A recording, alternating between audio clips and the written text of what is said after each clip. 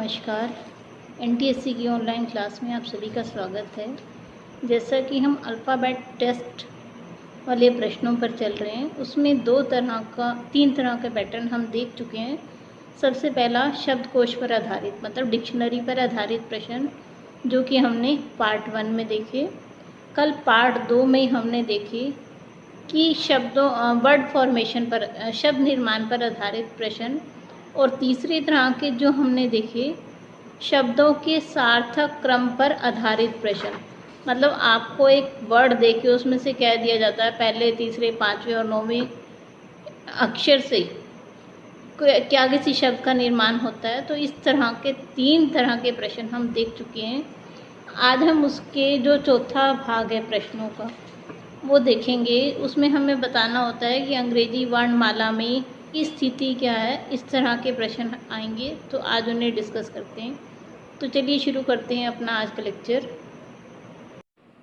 तो शुरू करते हैं अपना आज का एनटीएससी का लेक्चर, अल्फ़ाबेट टेस्ट। इसमें हमारे लास्ट प्रश्न हैं जो कि based on position of alphabets. बहुत ही आसान है ये, देखने में ऐसे लगता है कि बहुत मुश्किल होंगे, लेकिन जब हमें इनका पैटर्न समझ आता है तो लगता है इससे आसान कुछ था ही नहीं। तो देखिए, आपको सिर्फ के लिए ABC, जैसे ही आपके पास पेपर आता है ग्राफ शीट पे A to Z तक लिख लीजिए। आपको A to Z 2 तरह से लिखना है, एक तो A से लेके पूरा Z तक, और एक ये कि जिसमें आप उल्टा पैटर्न में लिखें, Z से लेकर ZYXWMNLA तक। इस तरह से आपको लिखना है कि यहाँ से शुरू करते हुए इस तरह से और इस तरह से आपको ले जाना है। तो चलिए चलते हैं अपने पहले प्रश्न पे आज के, देखते हैं इस प्रश्न को। तो देखिए, हमें प्रश्न दिया हुआ है अंग्रेजी वर्णमाला के में आपके दाईं ओर से, आपका दाईं मीन्स आपका राइट हैंड की ओर से 12वें अक्षर के बाईं ओर से 8वां अक्षर, आपकी ओर से 12वां, फिर 12वें की ओर से आगे 8वां अक्षर कौन सा होगा। तो देखते हैं हम, ये A to Z हमने लिखा हुआ है। तो देखिए हमारे यहाँ से वो क्या कह रहा है, 12वां अक्षर। 12वां अक्षर क्या है, O से फिर से 8वां अक्षर में जो आपका 20वां अल्फ़ाबेट है। 20वां अल्फ़ाबेट कौन सा है, 12 जमा 8 20, तो 20वां है हमारा G। तो इसका राइट आंसर हो जाएगा ऑप्शन G। तो देखिए आपको G ऑप्शंस में दिया हुआ है, B पे दिया हुआ है, तो हमारा ऑप्शन B इसका सही आंसर है। देख लेते हैं इसकी एक्सप्लेनेशन। ये देखिए कि दायां पक्ष यहाँ से शुरू करते हुए आपको 20वें तक ले जाना है। तो आपका जो 20वां अल्फ़ाबेट है वो है G, और यही आपका आंसर है।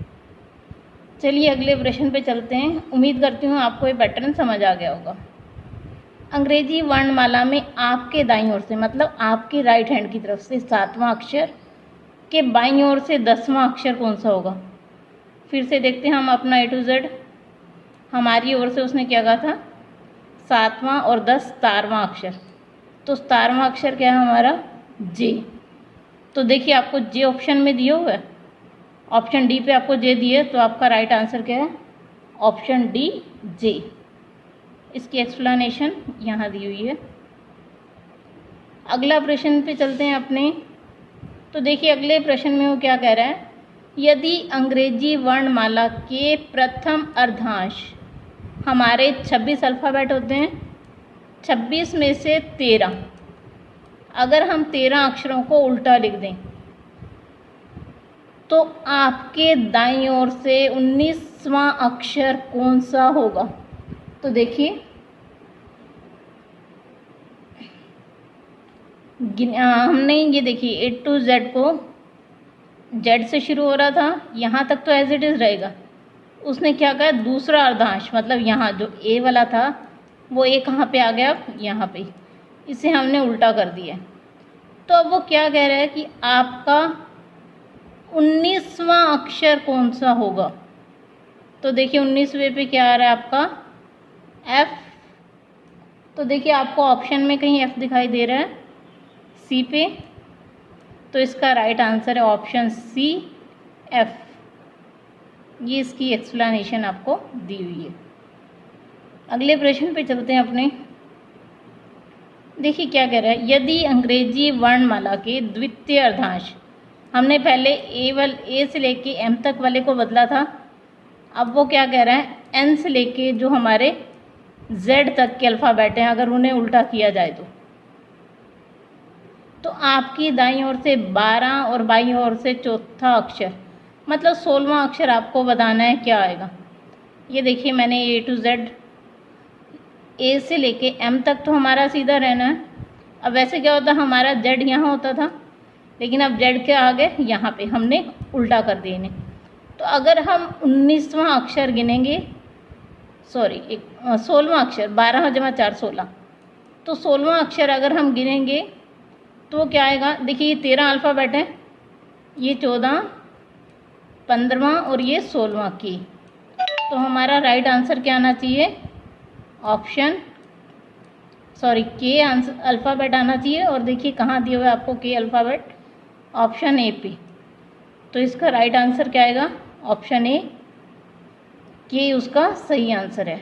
अगले प्रश्न पे चलते हैं अपने। अब इसमें क्या है, देखिए आज जो मैंने प्रश्न लिए हैं वो सारे अलग अलग तरह के लिए हैं ताकि आप लोगों का कम से कम समय में इस चीज़ को सीख सकें।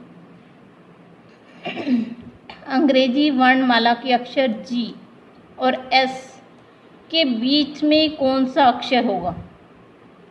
तो देखिए जी हमारा कितने पे है, 7 पे, और एस कितने पे है, 19 पे। तो हमें इन दोनों के बीच का अक्षर निकालना है। तो कैसे निकालेंगे, 7 जमा 19 भाग 2, इट मीन्स आना चाहिए 13वें नंबर पे जो अल्फ़ाबेट है। तो 13वें पे हमारा अल्फ़ाबेट कौन सा होता है, हमेशा एम। तो जो आंसर आना चाहिए वो है एम। एम देखिए आपको कहाँ दिया हुआ, ऑप्शन बी पे।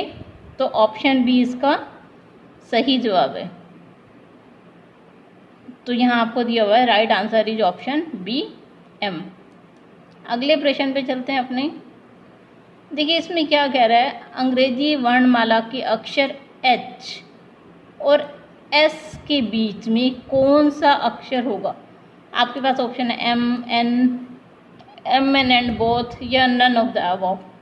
तो देखते हैं, अगर हम एच से लेके एस तक के ए टू जेड लिखें तो देखिए एच और ये एस, मान लीजिए पहले मैं इधर के 3 अक्षर काट देती हूँ, 1 2 3, यहाँ के भी 3 काट देती हूँ, 1 2 और 3।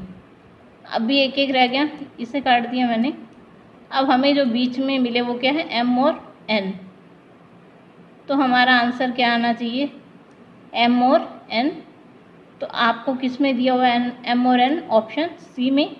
तो राइट आंसर है इसका ऑप्शन सी।